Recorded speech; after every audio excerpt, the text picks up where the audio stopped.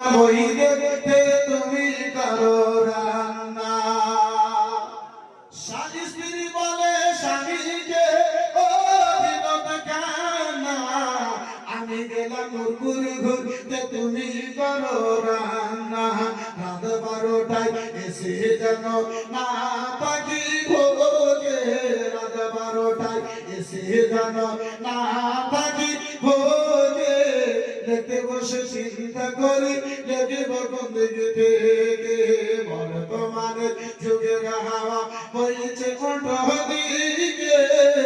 দেখতে বসে চিন্তা করি দেখব কোন দিকে থেকে, দেখতে বসে চিন্তা করি দেখব কোন দিকে থেকে।